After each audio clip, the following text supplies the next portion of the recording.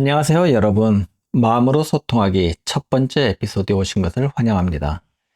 오늘 여러분과 함께 비폭력 대화, 줄여서 NVC에 대해 알아보는 시간을 갖겠습니다. 오늘 이 시간을 함께할 NVC 트레이너 현희 선생님을 모셨습니다. 안녕하세요, 선생님. 안녕하세요, 시청자 여러분. 반가워요. 비폭력 대화에 관심을 가져주셔서 정말 기뻐요. 선생님, 오늘은 NVC가 무엇인지 그 기본 개념부터 좀 알아보고 싶어요. 네, 비폭력 대화는 마샬 로젠버그 박사가 창시한 의사소통 방법이에요. 여기서 비폭력이라는 단어가 좀 생소하게 들릴 수 있는데, 이는 인도의 마하트마 간디가 사용한 아힘사라는 개념에서 영감을 받았다고 해요. 폭력이 없는 상태라는 뜻이지만 단순히 물리적 폭력만을 의미하지는 않아요. 우리의 일상 언어에 무의식적으로 스며든 심리적 폭력까지 포함하는 거거든요.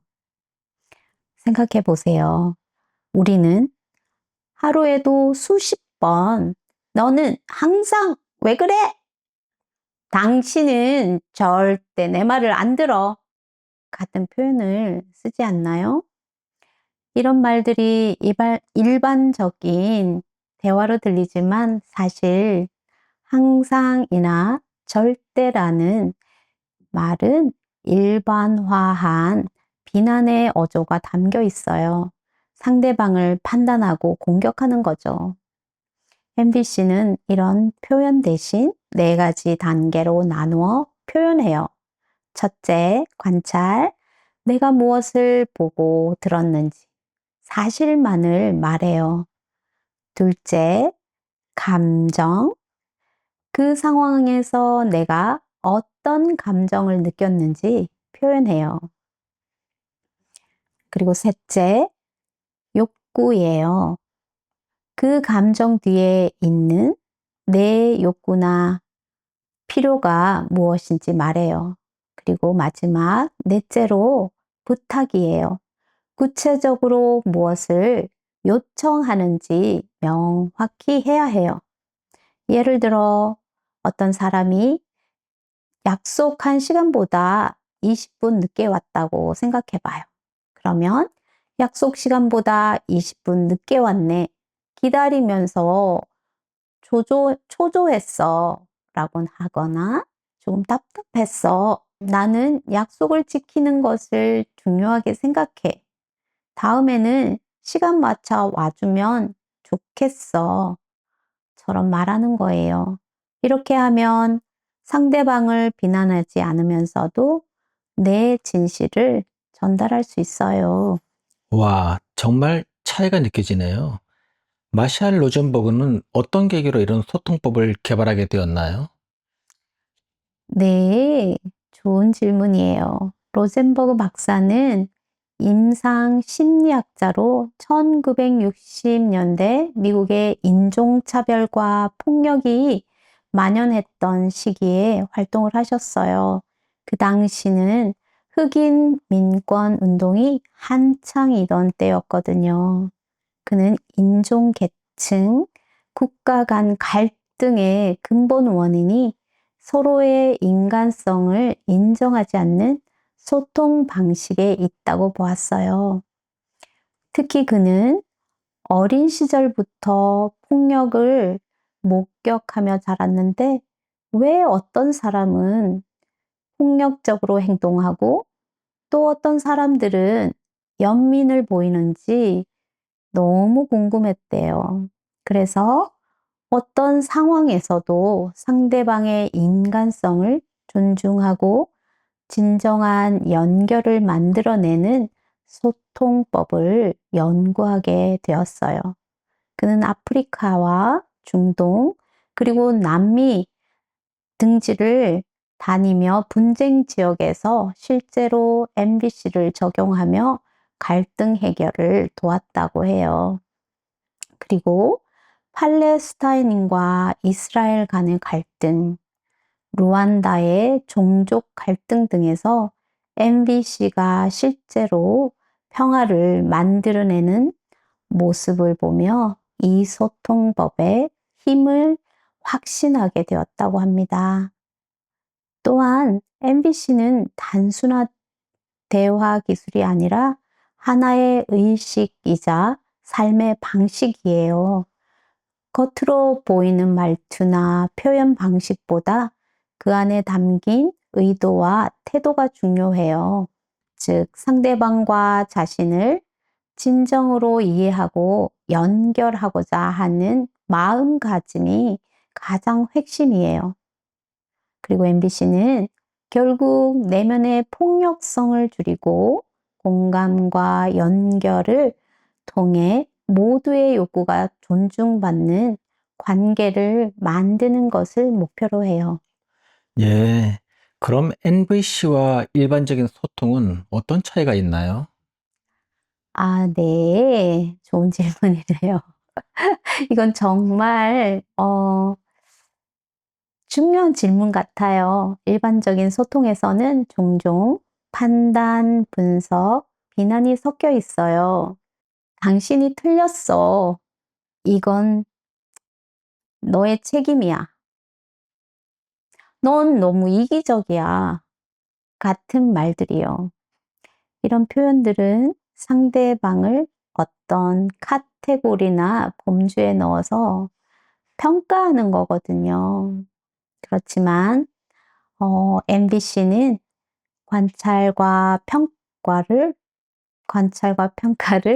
명확히 구분해요. 그리고 자신의 감정과 욕구에 완전히 책임을 져요. 예를 들어, 너가 약속을 어기면 화가 난다가 아니라 약속이 지켜지지 않았을 때 나는 실망이 돼. 나는 신뢰와 존중이 중요하거든. 라고 표현하는 거죠. 더 구체적으로 말하면 일반적인 소통은 옳고 그름의 프레임에서 작동해요. 누군가가 맞고 누군가는 틀리다는 식으로 생각하죠. 하지만 MBC는 욕구의 프레임에서 작동해요. 모든 사람에게는 충족하고 싶어 하는 보편적인 욕구가 있고 갈등은 그 욕구를 충족하기 위한 전략의 차이일 뿐이라고 보는 거예요. 예를 들어, 부부가 TV를 보고 있어요. 근데 두 사람 다 같은 채널을 보는 것이 아니라 다른 걸 보고 싶다고 하자고요. 그럴 때 일반적인 소통에서는 당신은 항상 자기가 보고 싶은 것만 봐.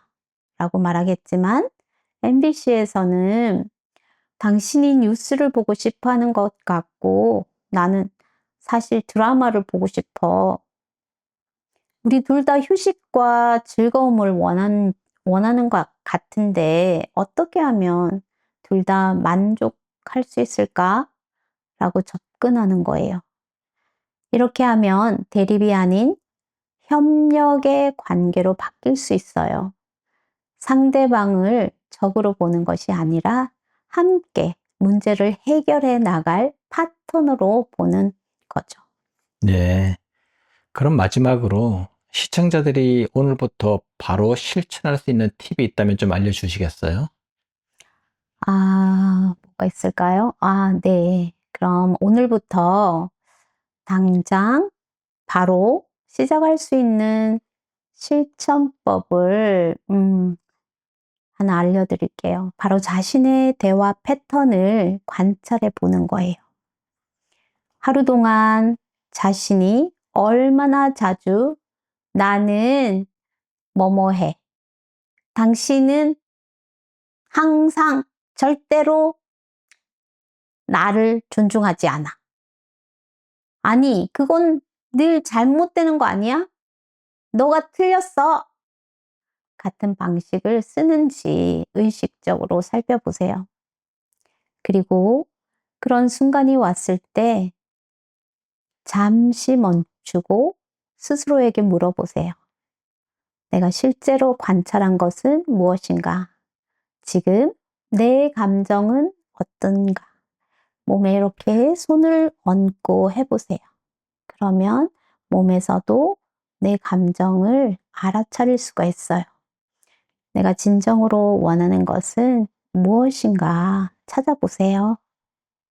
이렇게 여러 질문을 하면서 대화의 질을 바꿔갈 수 있어요. 예를 들어, 아이가 방을 정리하지 않았을 때, 너는 왜 이렇게 게을러? 라고 말하는 대신에, 너 방에 옷이 엉망으로 바닥에 놓여 있으니까, 그리고 책상 위에 책들이 함부로 뒹굴고 있으니까 좀 속상하네.